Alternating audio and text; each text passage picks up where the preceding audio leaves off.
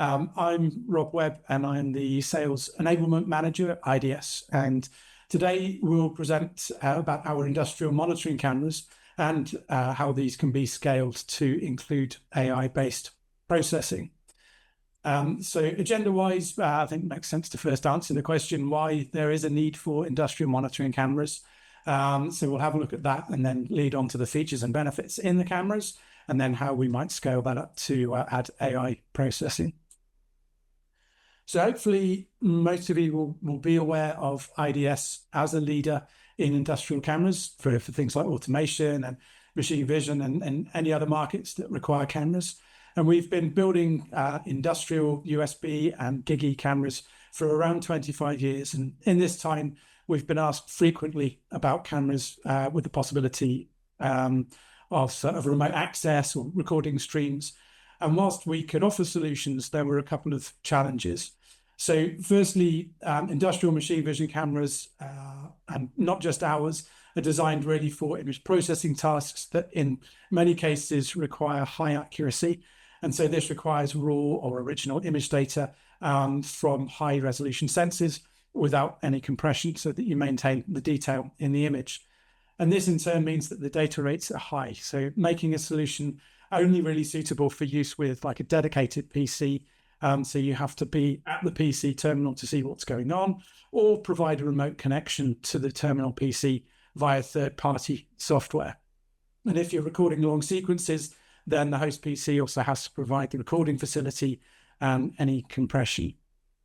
So by utilizing a system on chip from Ambarella, the uEye Live monitoring cameras that we offer are capable of on-camera video compression, either MJPEG or H.264, and we deliver the stream over widely supported streaming methods in RTSP, the real-time streaming protocol, and HTTP. The HTTP stream is available directly, or we offer it via our web cockpit, and this provides the remote control of the camera without having to install any software or drivers. So it means that it's an operating system independent camera. And the connection is via the web browser. And here you can log in either as an administrator with full access or as a user with restricted access. And there are two RTSP streams available, offering direct access to the stream from the camera, either via supporting third-party software, for example, VLC Player, but any software that supports RTSP will also work. So you can connect to the stream from a PC, from a tablet or a smartphone, or even a smart TV. You can see there the stream is at 1920 by 1080 at 30 Hertz, and there's full control over the compression settings, so it's possible to have cameras connected to a standard network in your facility, so anyone can access it from any location on the same network. So we have the ability to manage the bandwidth. So any network topology is possible. You could have single access point to multiple cameras. You have multiple access points to a single camera, or indeed multiple access points to multiple cameras. As long as the viewer is on the same network, they can connect to the monitoring system from anywhere in the facility. In the past, this kind of application would have been solved with CCTV cameras probably, and in many cases, this may still be a viable solution. But we know that with CCTV cameras, it's perhaps not so much an industrial solution, especially at the lower end of the market, and with sort of less industrial housings and lower protection classes. And sometimes the long-term support can cause challenges. And in some cases, they can also be quite large. We can also look at USB webcams, which have been deployed as solutions in the past. But these are non-industrial and coming from the consumer market can be redesigned frequently. So if you're designing your own product around them, it leads to continual redevelopment of software. And on top of that, the USB interface has limited cable lengths up to 5 meters, at least without moving to more expensive hardware and fiber optics. And the networking side of things is not so easy as it would be over, let's say, Ethernet. And industrial machine vision cameras, I mentioned already, deliver a lot of uncompressed data. So if we're looking at applications like monitoring inaccessible areas in industrial processing, we need a camera that is compact, networkable, and industrial. And this is where our uEye Live monitoring cameras come in. We released the camera range around 12 months ago, and in that time, we have seen significant successes, especially in the case of industrial monitoring applications, I guess as you might expect. So for industrial machining applications where a remote view is useful for an operator to see what's going on inside the machine during the process. So this might be metal forming, laser cutting, or milling machines, for example. And you might need a higher IP protection class to protect against things like dust and water ingress. And the compressed stream and network connection means the image can be viewed by the machine or from a remote control center. For line clearance applications, where the line has to be completely clear of product from previous production runs before the next one starts, this is especially important for pharmaceutical production. The uEye Live cameras can be used to provide valuable visual access for operators. And the compact form factor means that the cameras can fit anywhere on the line without obscuring the production process. And the video data can be saved in the compressed format for proof of the production run later on. Monitoring cameras are also ideal for hazardous or dangerous locations like nuclear waste handling or chemical handling. Again, providing the clear live stream to operators who are either close to or remote from the handling system. Well, the cameras can also be used for remote access to help support engineers debug processes, so reducing the need to send engineers to site when the problem may be unrelated or easily resolved with visual feedback. And of course, the cameras are suitable for really any applications that benefit from compressed networkable streams. Things like security access, point of sale analysis, or smart city applications like traffic or crowd management could all be solved with the uEye Live monitoring cameras. Looking at the range, we have two camera options at the moment. The SCP, which offers a standard industrial form factor, which I'm sure you're familiar with, and an Ethernet interface. And the SLE is our board level option for OEM customers or for situations requiring a different mechanical arrangement. The SLE is also available with a door-to-board option, which offers PoE support and another configuration for limited space applications. And both include digital inputs and outputs. And early next year, we'll add a new camera to the range, the SFA, which brings in then IP69K protection for the more challenging environments that require things like high protection levels against dust and high pressure water jets. Beyond the streaming capabilities, the uEye Live cams have a number of features that also differentiate it from traditional machine vision cameras. So the first feature is event recording. And with the RTSP stream, the uEye Live cameras are directly compatible with third-party software for long-term recording to local hard disks. So think about CCTV recording software packages.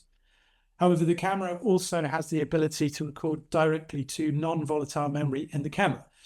So it's possible to combine this recording with an event trigger, and either through a user interaction, a software command, or through a hardware trigger. The camera then continually records in a loop for up to 2 minutes. And when an event occurs, it will lock off a predefined period, pre-event, and then record for another predefined period after the event. And this way, randomly occurring events can be captured, and the lead up to and aftermath of the event, perhaps like a mechanical failure, is captured for analysis. And the recording then remains on the camera and can be downloaded for offline analysis later.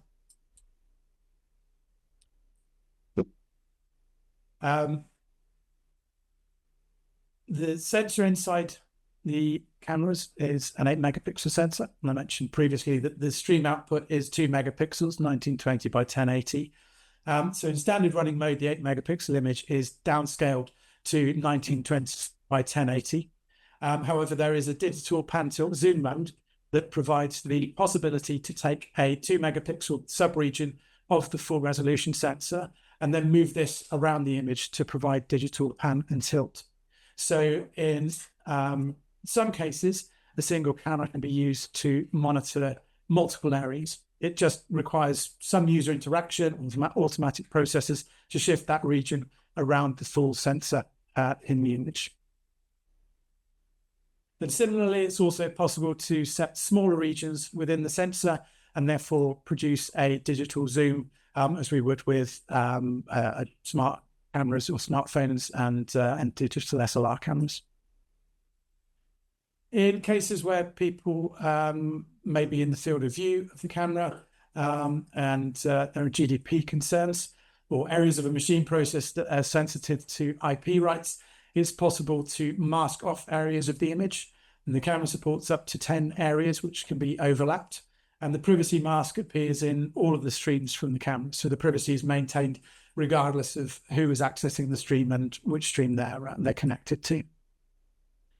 And the processor used inside the camera features an image signal processor, which provides optimized image quality. So things like auto brightness, auto white balance, and an image sharpening can be applied. And most recently, we've added a high dynamic range function as well. And it's also possible to add overlays to the image stream with a simple drag and drop. And this can be date and timestamp, a crosshair or camera location, which we automatically generate anyway. It can also be any other graphic that you want to overlay. So, for example, a company logo. And again, these are all visible in all of the streams from the camera.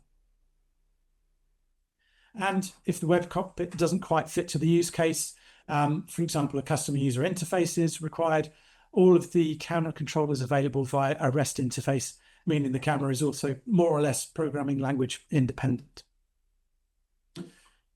So far, I've spoken about the newest monitoring cameras. However, in keeping with the theme for this session, I turn now to our IDS NXT Malibu and Oslo cameras. And this is where we offer the scalability of the monitoring process. So interestingly, the IDS NXT Malibu was where the idea of the monitoring cameras came from. Originally conceived as an AI camera with a speed upgrade over our earlier AI cameras, we found that the Ambarella system on chip also provided the streaming functionality and included this as a feature in the camera. So the IDS NXT Malibu and Oslo offer the industrial hardware platforms again.